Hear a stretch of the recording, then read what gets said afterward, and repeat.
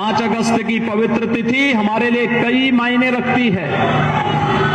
5 अगस्त की तिथि surgical strike के लिए भी जानी जाती है। 5 अगस्त की तिथि कश्मीर के कलंक धारा 370 को समाप्त करने के लिए भी जानी जाती है। और 5 अगस्त की तिथि सैकड़ों वर्षों की गुलामी को बताते हुए अयोध्या में भगवान श्री राम के भव्य मंदिर के कार्य का आदरणीय प्रधानमंत्री जी के करकमलों से शुभारंभ के लिए भी जाना जाता है। प्रदेश की 24 करोड़ जनता के लिए वह सब कुछ करने का प्रयास किया है जिसे आजादी के तत्काल बाद होना चाहिए था, लेकिन पिछली सरकारों के पास फुर्सत नहीं थी। भारतीय जनता पार्टी की सरकार के पास फुर्सत थी, उस प्रकार का विजन था और आदरणीय प्रधानमंत्री जी, आदरणीय गृह मंत्री जी का मार्गदर्शन है कि आज वो सभी कार्य एक एक करके सुलझते हुए दिखाई दे रहे हैं। हम सब जानते हैं अभी 5 अगस्त को एक भव्य कार्यक्रम होगा जब आदरणीय प्रधानमंत्री जी के द्वारा एक दिन में 1 करोड़ लोगों को अन्न वितरण के कार्यक्रम का शुभारंभ होगा। अन्न उत्सव का कार्यक्रम उत्तर प्रदेश के अंदर 5 अगस्त को होगा। 5 अगस्त की पवित्र तिथि हमारे लिए कई मायने रखती है। 5 अगस्त की तिथि सर्जिकल स्ट्राइक के लिए भी जानी जाती है। 5 अगस्त की तिथि कश्मीर के कलंक धारा 370 को समाप्त करने के लिए भी जानी जाती है। और 5 अगस्त की तिथि सैकड़ों वर्षों की गुलामी को बताते हुए अयोध्या में भगवान श्री राम के भव्य मंदिर के कार्य का आदरणीय प्रधानमंत्री जी के करकमलों से शुभारंभ के लिए भी जाना जाता है। और इसलिए भाइयों बहनों, 5 अगस्त की उस तिथि का कार्यक्रम भी अलग अलग तिथि में आपने देखा होगा कैसे एक तिथि को इतिहास के अमिट अक्षरों में, स्वर्ण अक्षरों में लिख दिया गया है।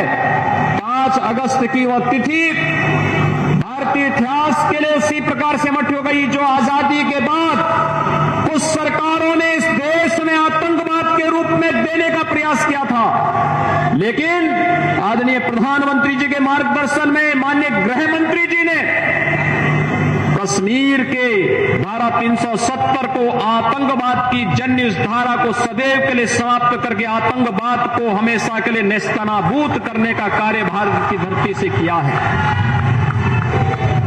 जब भी नेतृत्व यशस्वी होता है, निस्वार्थ भाव के साथ कार्य करता है, तो देश के बारे में सोचता है।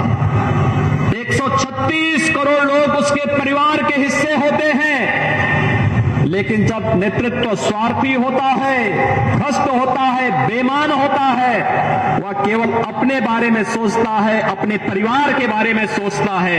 और आजादी के बाद से लेकर के विभिन्न सरकारों में, केंद्र में हो या राज्य में, यही तो होता रहा है। आज अगर प्रदेश में सुरक्षा का वातावरण है, इसकी प्रेरणा किसकी है? पहले दिन से ही आदरणीय प्रधानमंत्री जी ने भी, आदरणीय गृह मंत्री जी उस समय अध्यक्ष, राष्ट्रीय अध्यक्ष थे, तब भी उन्होंने इस बारे में कहा था प्रदेश के अंदर अपराध और अपराधियों के प्रति जीरो टॉलरेंस की नीति के तहत कार्य होना चाहिए। किसी व्यापारी का, किसी नागरिक का उत्पीड़न कतई नहीं होना चाहिए और एक व्यक्ति को न्याय मिले, सरकार का यह ध्येय होना चाहिए। शिक्षा और स्वास्थ्य की बेहतर सुविधा मिल सके।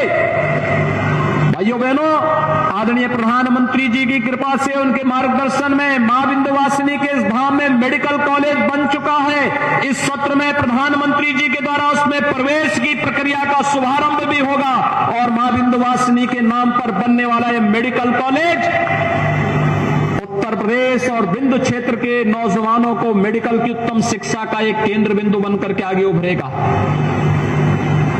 पर्यटन के क्षेत्र में कितनी संभावनाएं उत्तर प्रदेश के अंदर हैं, कोई नहीं पहले बोलता था।